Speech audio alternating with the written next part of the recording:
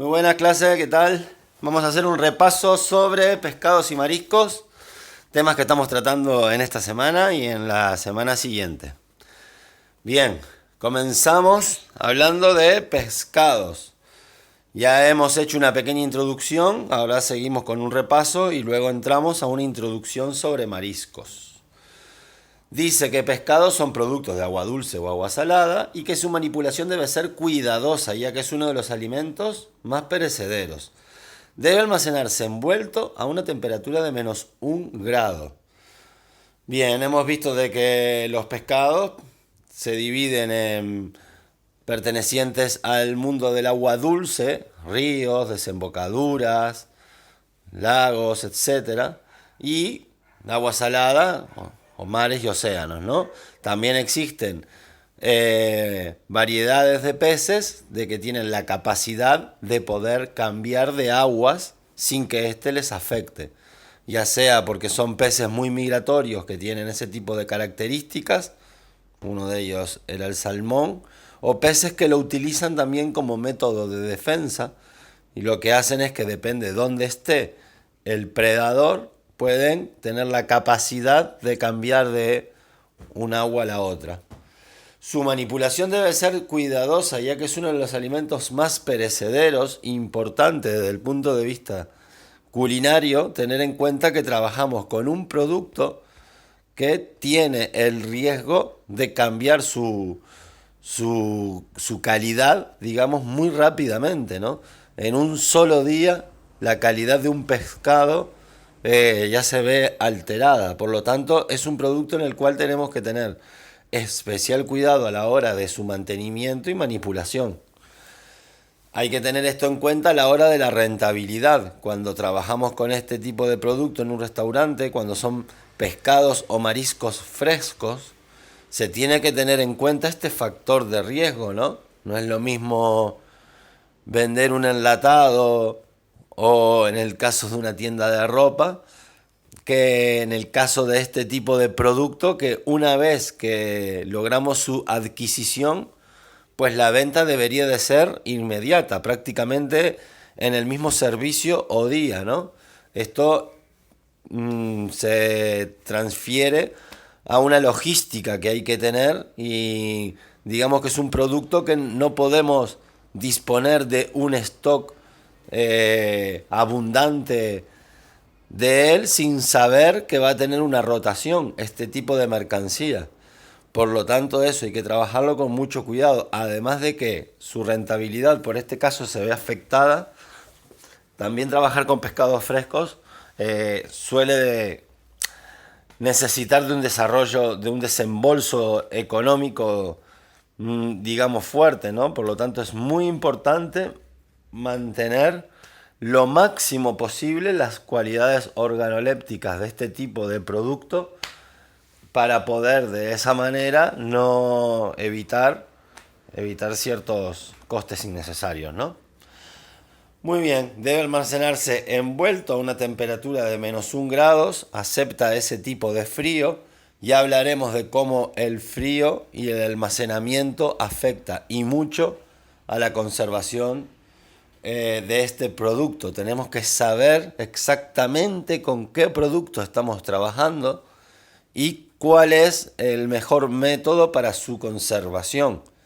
Independientemente de que todos son pescados, no todos tienen las mismas características a la hora de conservarlos, ¿no? Hay algunos pescados que, digamos que liberan mucho de su contenido en agua, hay otros que no suelen, digamos, desarrollar esa cantidad de contenido en agua a la hora de conservarlo. El tema del vientre, todo lo que tenga que ver también con cómo las enzimas ayudan a su descomposición. Hay diferentes especies que son más favorables o no a su putrefacción, ¿no? Muy bien, seguimos. Aquí tenemos indicadores de frescura a la hora de adquirir un producto, factores en el cual nos tenemos que regir para poder diferenciar la calidad entre una pieza y otra. Por ejemplo, el olor, que es importantísimo.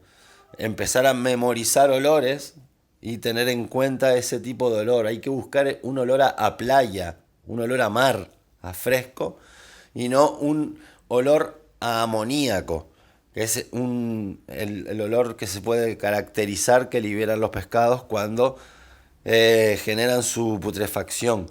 Olor a amoníaco o olor a yodo muy fuerte. ¿Sabes? Son los olores que debemos de evitar. Si bien los pescados azules o ciertos mariscos tienen ese olor a yodo atractivo, cuando es un olor fuerte a yodo, pues es un mal síntoma, igual que el amoníaco.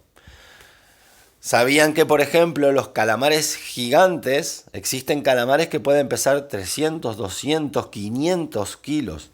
No son aptos para su consumo por la cantidad de amoníaco que tienen en su cuerpo. A la hora de cocinarlos, liberan esa sustancia o ese olor. Por ese motivo, los calamares doble G son los más grandes. Es la talla más grande que se existen, aunque existen calamares muchísimo más grandes que la talla máxima que se suele comercializar. Pero el motivo es que en su contenido de amoníaco, cuando entre más grandes son, más porcentaje tienen y por lo tanto es más difícil lograr una receta, una elaboración, digamos, con ese tipo de producto. Hay otros elementos también, otros pescados que pertenecen, por ejemplo, al mundo de los túnidos.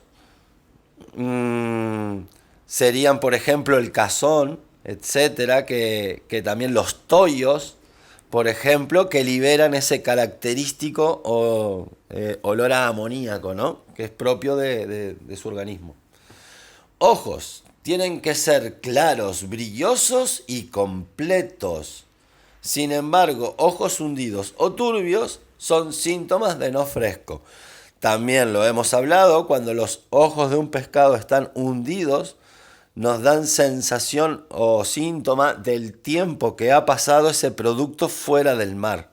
Entre más días van pasando, más se le suele ir hundiendo la cavidad del ojo. Entonces es un síntoma para darnos cuenta de cuánto tiempo lleva ese pez, pues en una pescadería o con el distribuidor que nos los trae y no dentro del mar. Ojos turbios se refiere a esa nube blanca que se genera muchas veces en el elipse del ojo.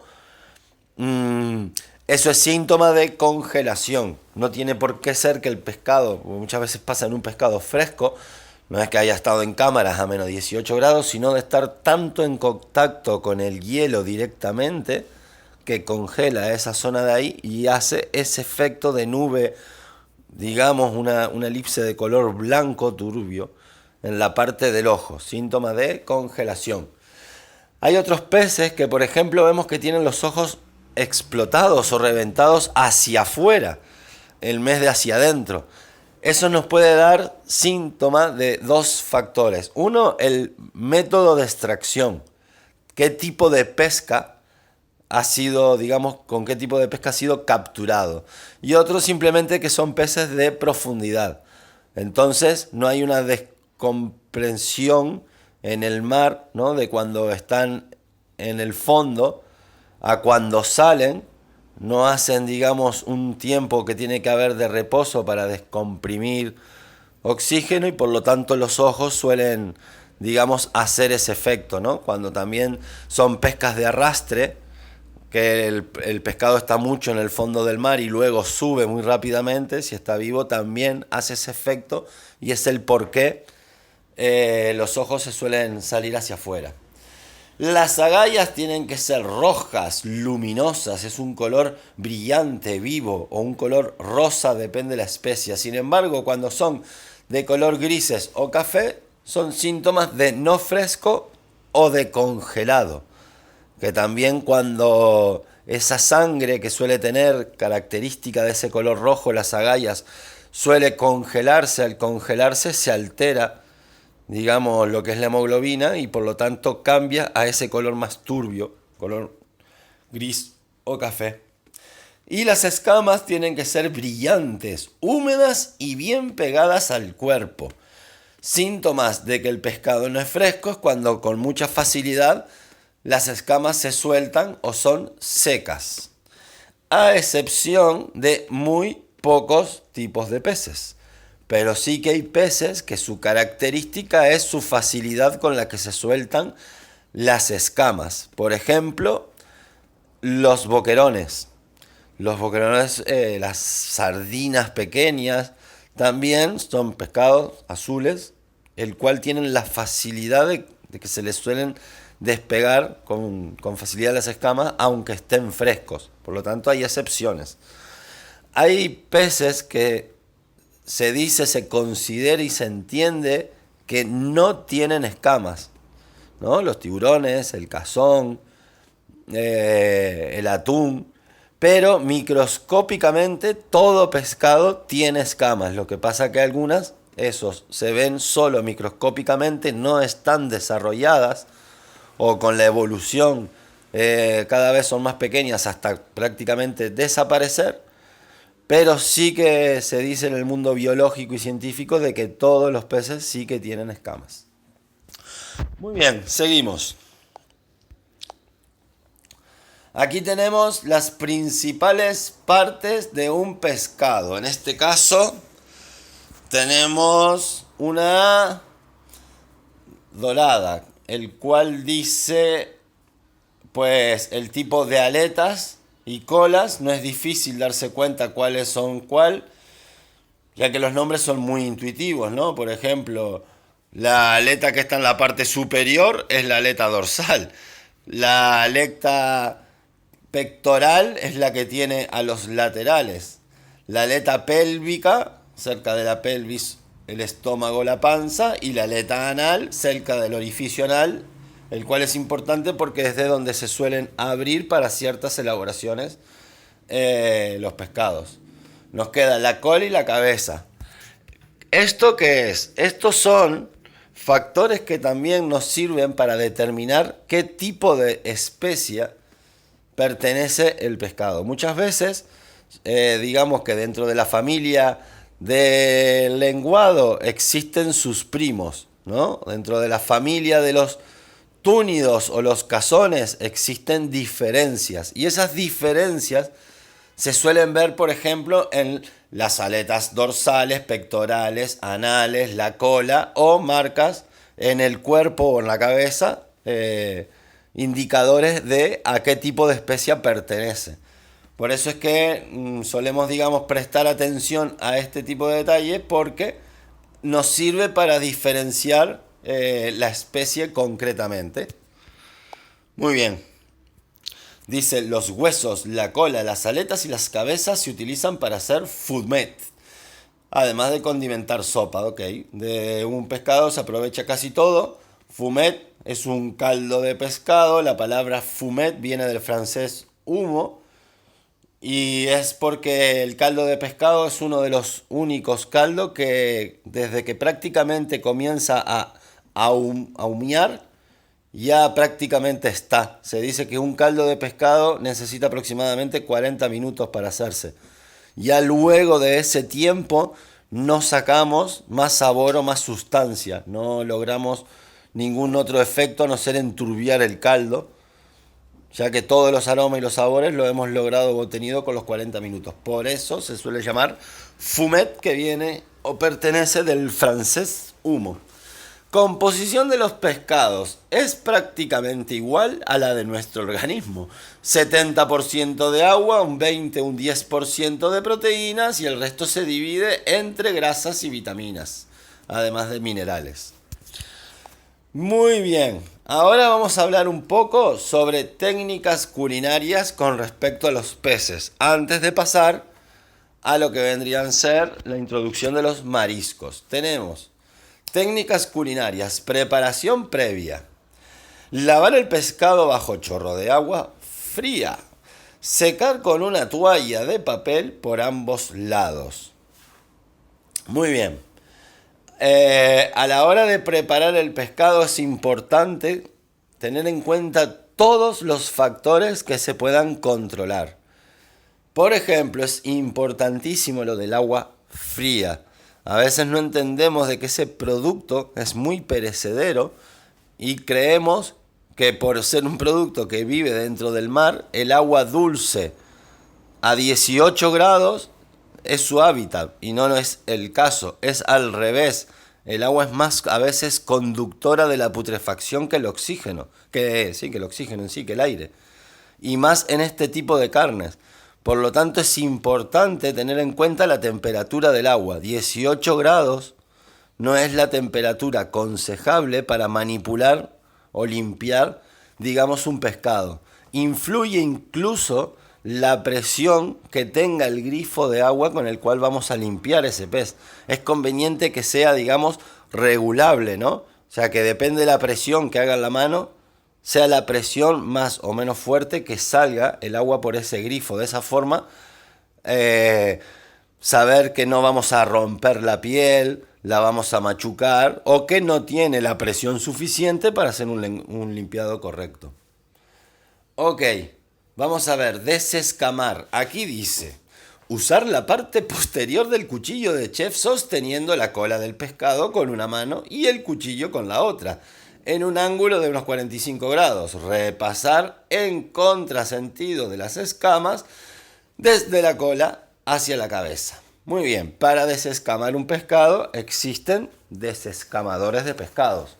Los hay diferentes y cada uno servirá a veces por el tamaño de la pieza en sí con el cual vayamos a trabajar. Y otras también pues será la practicidad del cocinero con qué herramientas se suele encontrar más cómodo o más seguro para elaborar, ¿no? Todas las escamas suelen salir, como dice aquí, en contrasentido a la cabeza, o sea, desde la cola hacia la parte de atrás.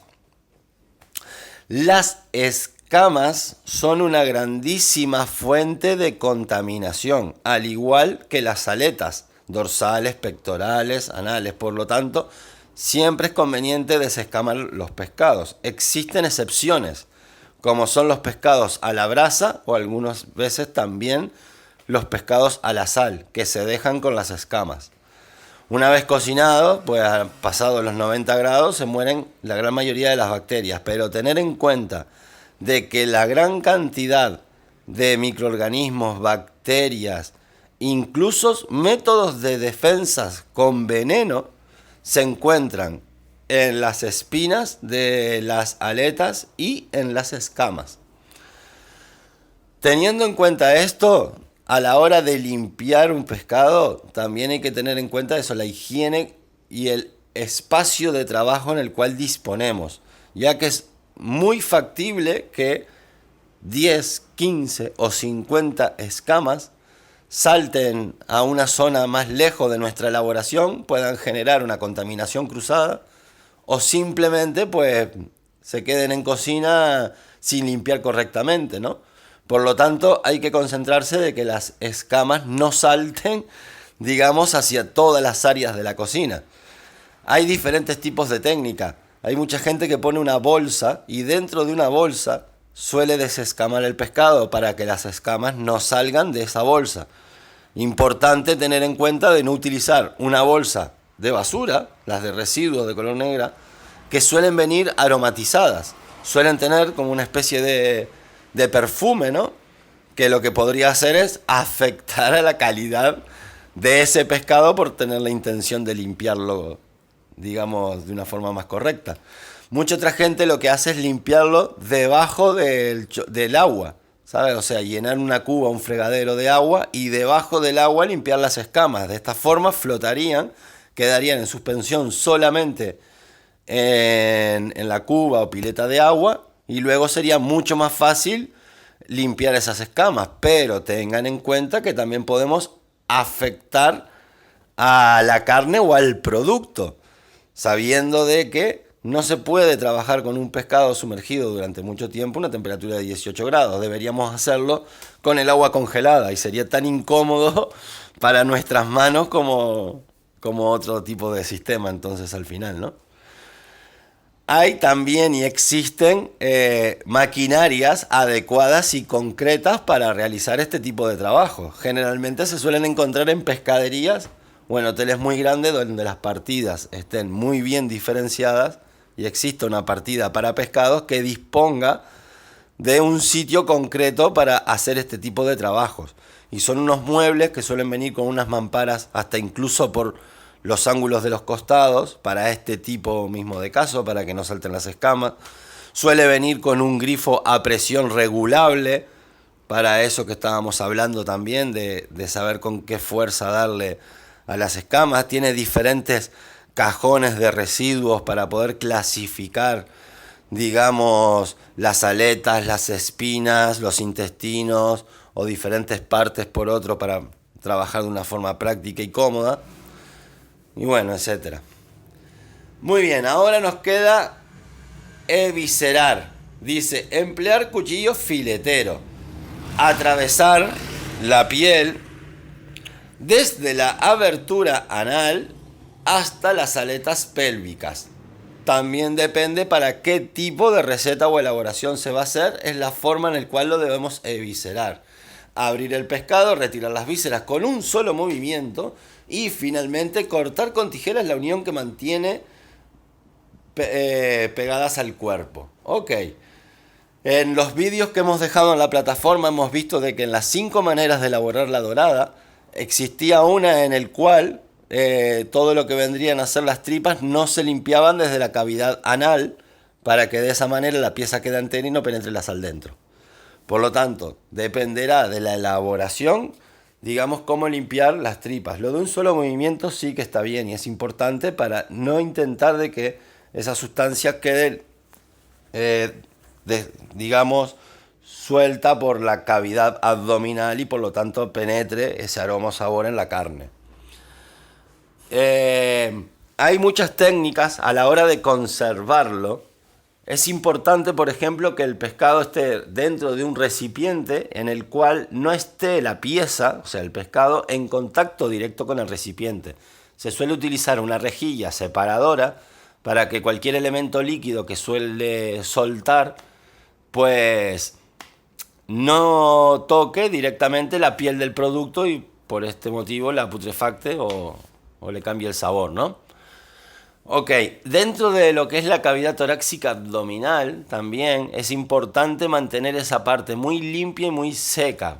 Lo que se suele hacer es, lo estábamos hablando un poquito ayer, es poner un papel absorbente, servilleta de celulosa dentro, para que toda esa, digamos, agua o sustancia la libere dentro de esa servilleta y quede esa parte más seca.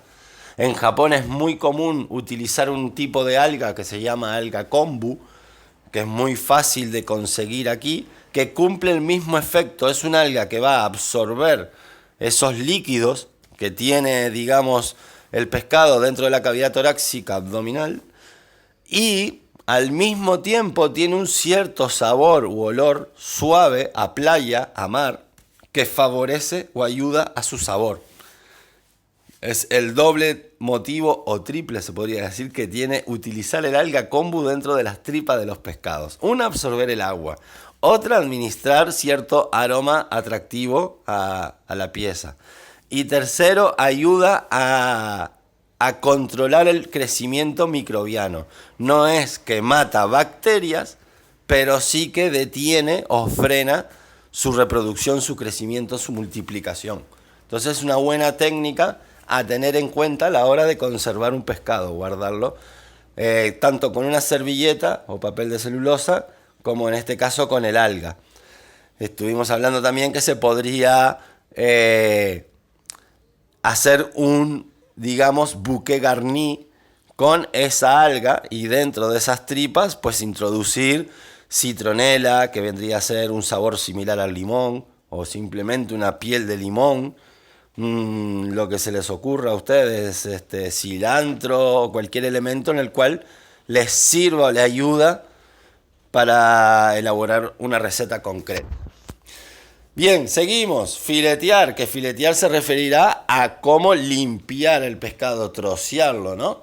Dice, según el tipo de pescado, los pescados planos, por ejemplo, realizar el primer corte sobre la línea de la columna vertebral, jalar la carne a medida que se corta el filete manteniendo el cuchillo pegado al hueso, repartir hasta extraer los cuartos filetes.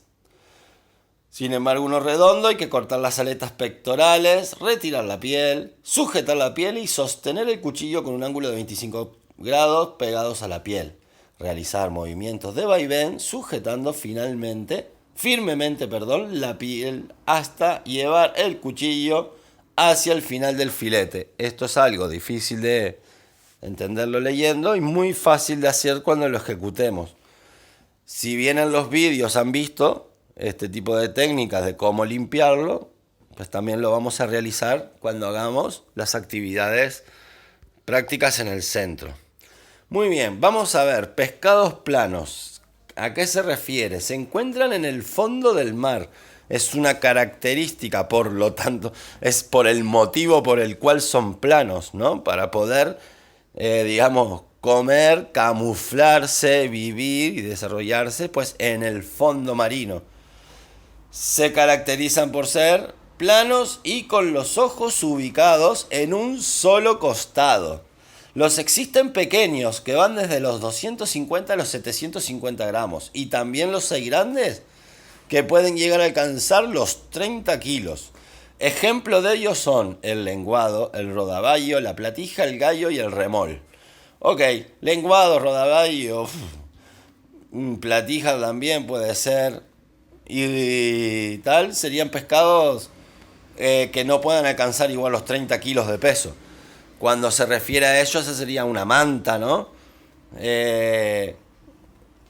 Sí, una manta sería los que lleguen a ese tamaño. Lenguados. Y aquí dice que se caracterizan por tener los ojos de un solo lado. Dentro de los lenguados existen muchas diferencias y variables de ese lenguado. Les digo un dato curioso. En Canarias existe un pez que tiene un nombre que no es atractivo para su venta. Y es un lenguado que en vez de tener el ojo en la izquierda, tiene el ojo en la derecha. Es la única diferencia, se mueve hacia el lado contrario. Uno camina el lenguado, concretamente, hacia la izquierda y con el ojo hacia la izquierda. Y este pescado que le comento, que existe en Canarias, que tiene las mismas características, no se suele comercializar directamente. No se suele encontrar, o sea, si se captura se devuelve. Se llama tapaculo. Y es un lenguado que el ojo lo tiene del otro lado simplemente. Sin embargo, aquí no es comercial, pero no deja de ser un lenguado. Es un ejemplo de cómo a veces los nombres pueden perjudicar a la demanda del producto, ¿no? Habíamos puesto el ejemplo también de la merluza de pincho canaria, que es un producto ahora caro, cotizado, demandado, con un nombre atractivo, el cual se había dejado de comercializar durante más de 6 años. Digamos que este producto ha vuelto a comercializarse en Canarias. El nombre que recibía anteriormente a merluza de pincho canaria era hedionda. Y la hedionda no dejaba de ser una merluza que pasaba por estas aguas. Venía o viene a desovar, aprovechando las aguas cálidas. Aprovechaba para hacer eso, lo de desovar. Y esa es la nuestra merluza de pincho canaria. Sin embargo, no se había comercializado antes por, digamos, ese nombre popular que se le suele poner y no científico, que era la hedionda. Ok. Otro dato curioso, hablando de temperaturas y de desovar con temperaturas, las aguas cálidas se caracterizan por tener mucha diversidad marina en poca cantidad de cardúmenes. Sin embargo, en aguas muy frías, lo que suelen existir es poca variedad de especies marinas en mucha cantidad de cardúmenes.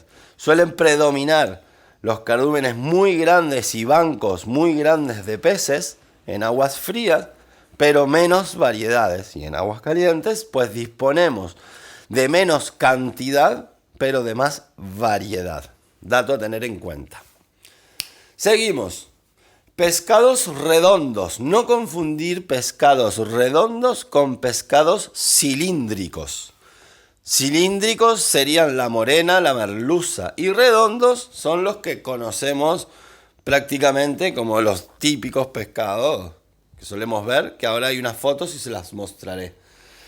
Dice que dicen, pueden encontrarse en agua tanto dulce como salada. Los pequeños serán de 250 a 300 gramos y los medianos de 1 a 2 kilos y media. En él se encuentra la pescadilla, familia de la merluza, la trucha, familia del salmón, las caballas, pescado azul, sin escama, familia de los túnidos, salmonete, también familia del salmón, lubina, mujol, abadejo, aquí dice acalao, pero será bacalao, abadejo y bacalao también son parecidos, merluza, atún y el mujol, que es familia de los peces planos.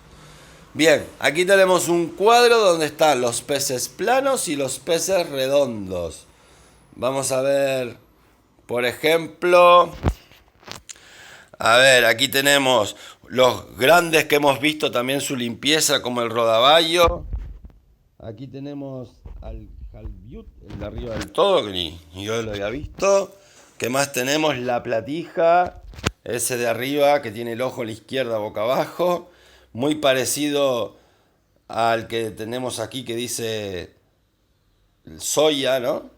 Son prácticamente iguales, variará el tamaño, variará las aletas, si miran bien, ¿sabes? Es como por lo que suelen diferenciarse, ¿no?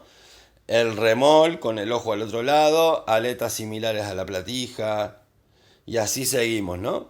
Platija americana, el lenguado en sí.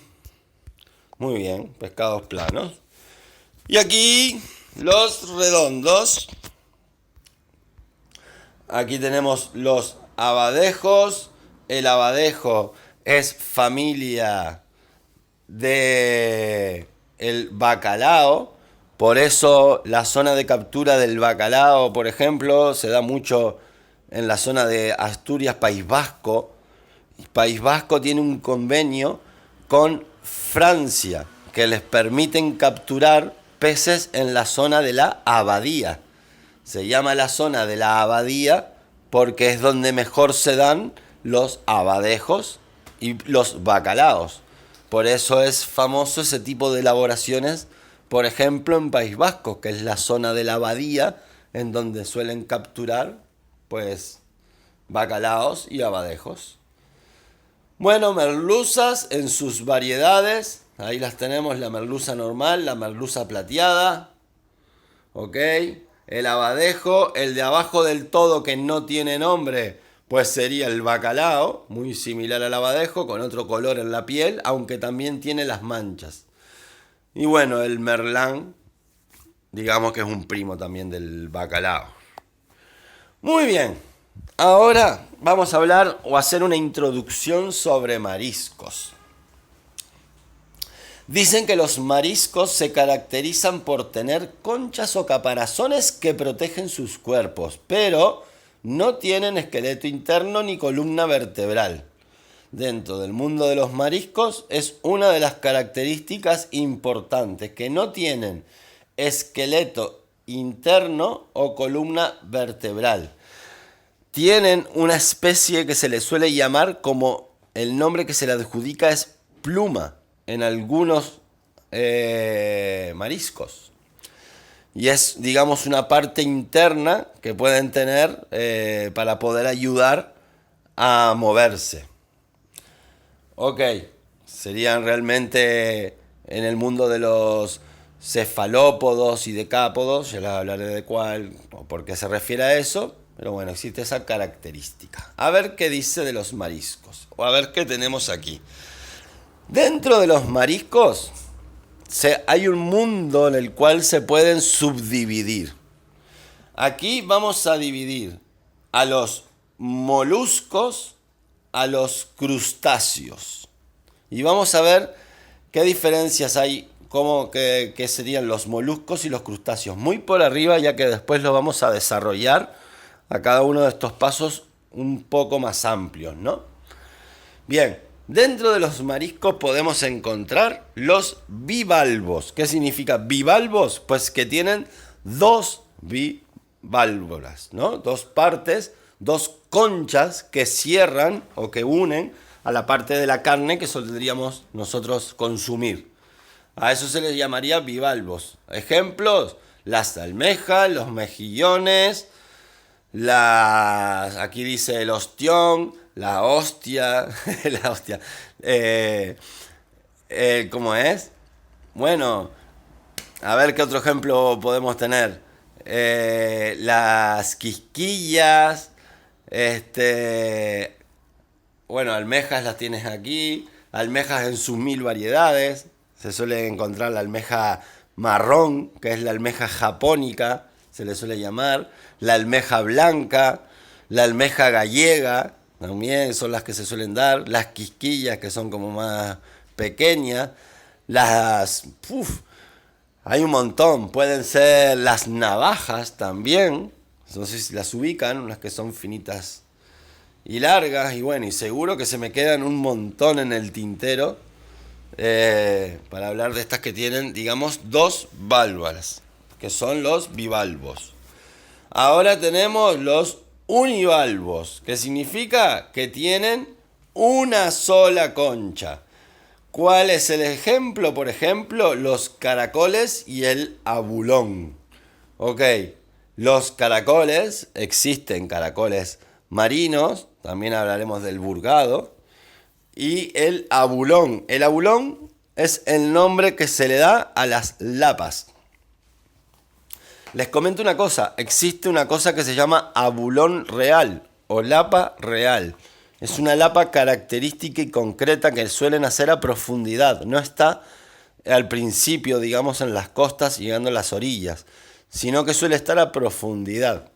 Se los comento porque ese abulón o esa lapa cuesta unos 2.000 euros el kilo y coincide que en el confital las hay.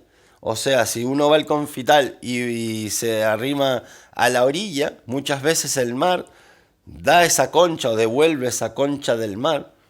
Y es un producto que suele valer cada lapa unos 60 euros o un kilo aproximadamente los 2.000 euros. Y me resultó curioso ver que ese producto pues existe aquí, ¿no? Muy bien, seguimos.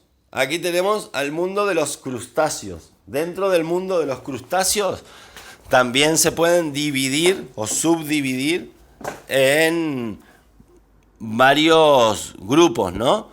Por ejemplo, podemos tener los decápodos, que se llaman,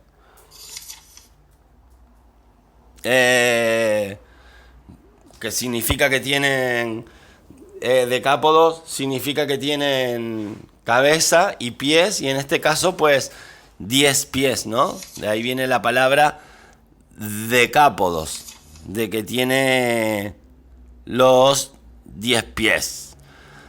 Ok,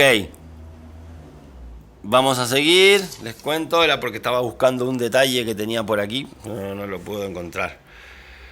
Bueno, dentro de los crustáceos encontramos a los camarones, a las langostas, a los cangrejos, las nécoras, los centollos, el buey de mar, etc. Acuérdense en que todo esto lo vamos a desarrollar hoy un poco más adelante. Y aquí tenemos ya por último en otro grupo que podríamos separar a los cefalópodos. Cefalópodos se le refiere al mundo del pulpo, el calamar, el chipirón, el choco, la sepia, que son lo mismo también. La palabra cefa significa cabeza, por eso vamos a hacernos una encefalopatía. Y podos, que viene de pies, ¿no? Que por eso vamos al podólogos, el nombre latín que se le da y significa eso. Son animales que tienen esos tentáculos o rejos que serían los pies y la otra parte que sería la cabeza, y por eso se le llama así. Dentro de los cefalópodos, el calamar pertenece al mundo de los octopos. Tranquilos que ya se los desarrollaré todo bien. Octopus porque tiene 10 pies. Y decápodos los que tienen 10 pies. Que ya se los comentaré en la clase de hoy.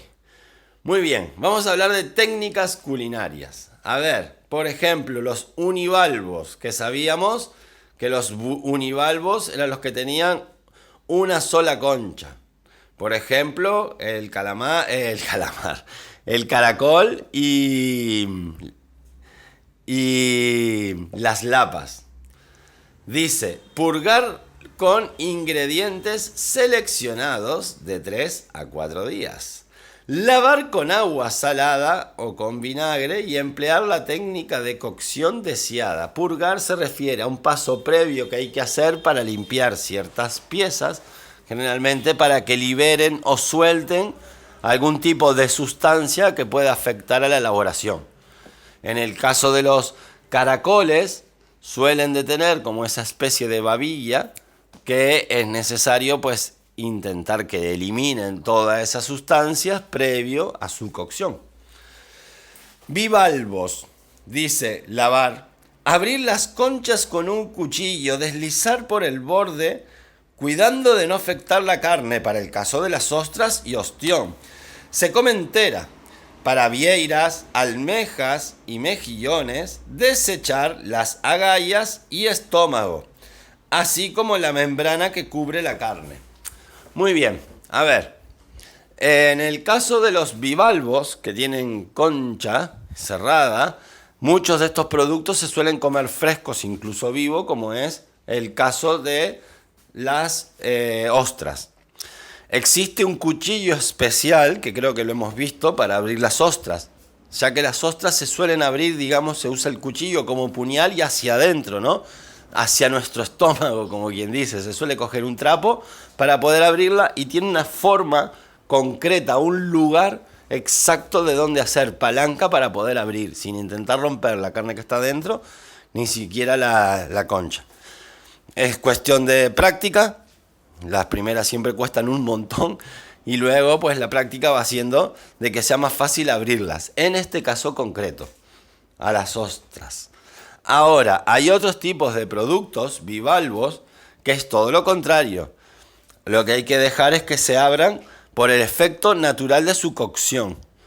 O sea, no podría uno favorecer o ayudar a abrirlas de forma mecánica, ya que es, digamos, un ser vivo en el cual si no se abre significa que previo a su captura ya había fallecido, no se sabe el motivo por el cual y puede generar una intoxicación.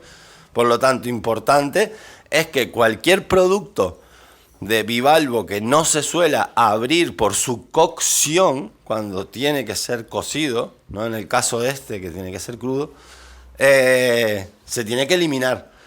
Siempre y cuando el motivo por el cual no las haya abierto sea ese, un motivo natural. A veces puede pasar de que hay almejas que si se meten dentro de un arroz y están muy incrustadas o introducidas adentro, no tienen espacio suficiente o fuerza para poder abrir o separarse, hacerse camino dentro de ese arroz. Entonces por ese motivo no se abren, ¿no? Pero bueno, hay que saber o darse cuenta por qué. Intentan abrirse un poco. Igual en ese caso. Muy bien. Cuando habla sobre estas membranas y todo, sería mejor verlo en un par de vídeos, pero sí, muchos productos tienen como unos intestinos dentro de esa carne que se suele comer. Es el caso de la vieira, es el caso de la lapa, incluso también, que suele tener como una parte de tipo intestino que se suele eliminar antes de ser consumido. Ok, vamos a ver ahora qué dice sobre los crustáceos. Dice, para todos los tipos de crustáceos, lo principal es retirar y desechar el estómago, órganos internos, agallas o tejido esponjoso. La única parte comestible es la carne blanca, proveniente de las tenazas y la cola, caja torácica, en el caso del cangrejo, y la jaiba. Todo el cuerpo, excepto la cabeza, en los camarones. Ok. A ver, Aquí podemos un poco no estar de acuerdo. La verdad que es, bueno, sin ser los intestinos, que la otra vez también lo estábamos hablando con alguien de la clase, hasta incluso muchas veces en muchas elaboraciones se le dejan los intestinos, que estuvimos hablando que igual no significa eso que esté bien, se puede prácticamente consumir todo del langostino o de un crustáceo. Incluso su cuerpo, sus pinzas y sus caparazones o piel. Se pueden hacer harinas con esas pieles, incluso con las pinzas se pueden descalcificar, les hablaré después de eso, y transformarlas en comestibles. O sea que lo de que no se come todo no es del todo así. Seguimos. Cefalópodos, como el calamar. Lavar y secar el producto, desprender la cabeza del cuerpo principal, intestinos y bolsa de tinta. Separar los tentáculos, retirar la pluma del cuerpo y desechar. Lavar el interior y cortar en rodajas o entero para rellenar. Pulpo, vamos a ver qué dice.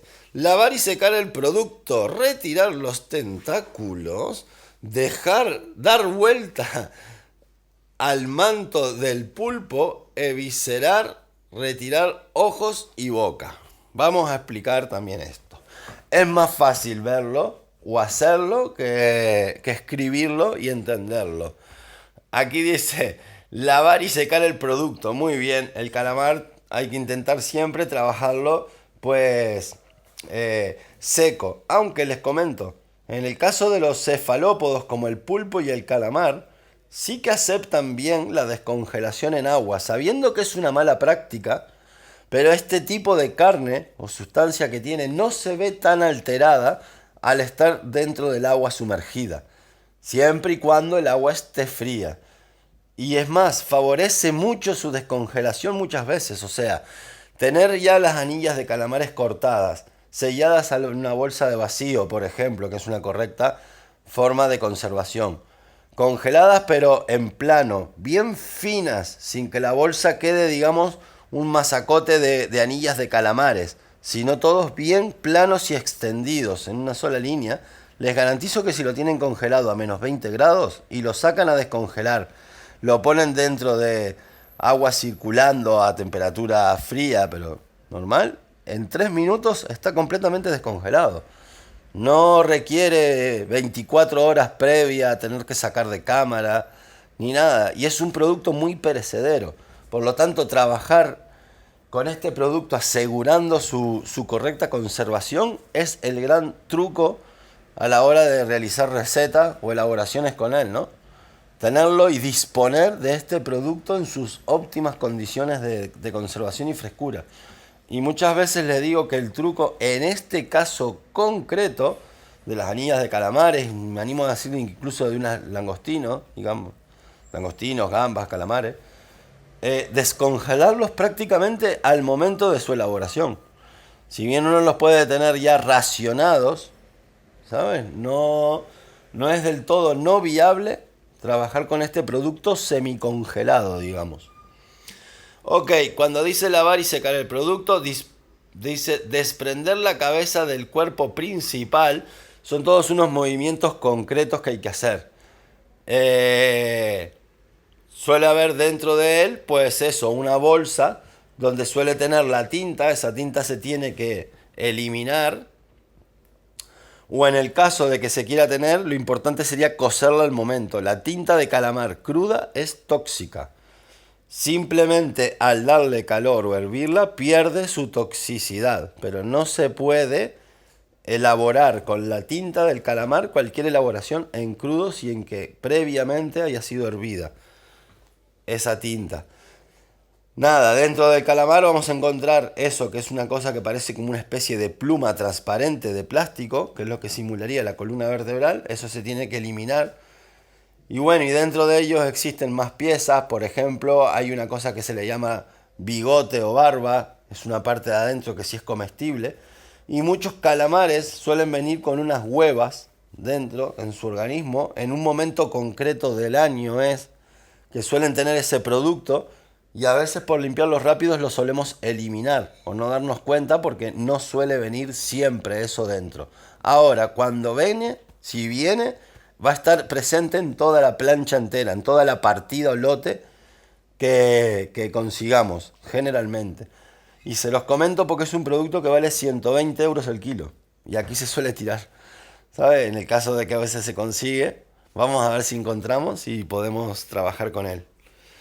Es importante dar vuelta la cabeza o sea, todo el cuerpo del calamar, una vez limpio y vaciado, darlo vuelta a la hora de limpiar. Hay una especie de babilla o telilla que tiene dentro que no es del todo agradable dejarla a la hora de después freír. Estropea el aceite, le incorpora más agua de la debida y no favorece su conservación.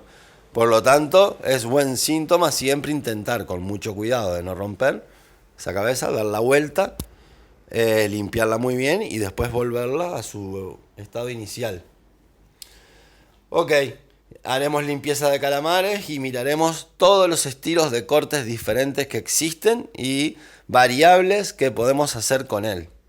No solamente se puede cortar en anillas para hacer fritas, un simple estofado, sino que acepta un montón de elaboraciones, cortes y formas que se van a ver lo atractivo que resultan, ¿no?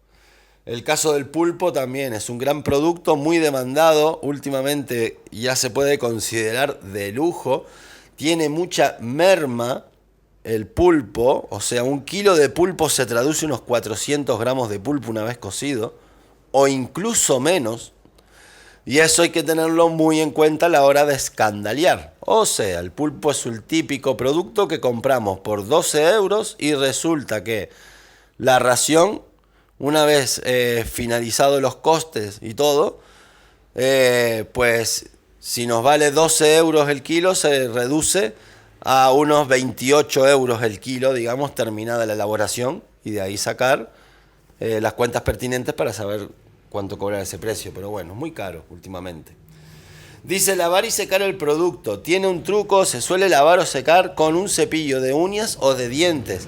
Y hay que al tener las ventosas, desde muy pequeñas a muy grandes, ahí, por su método también digamos, de defensa, se suele agarrar a esas ventosas y generalmente suele haber mucha arena en su hábitat.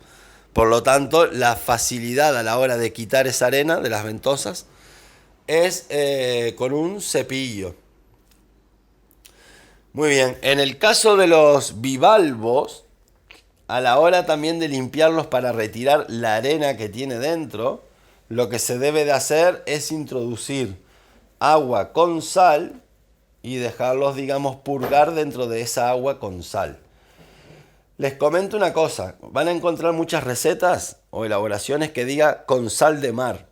O cuando se dice esto de limpiar o dejar purgar los bivalvos en agua con sal, lo que hay que simular es el porcentaje de sal que tiene el mar, el agua salada. Y es 32 gramos de sal por litro de agua.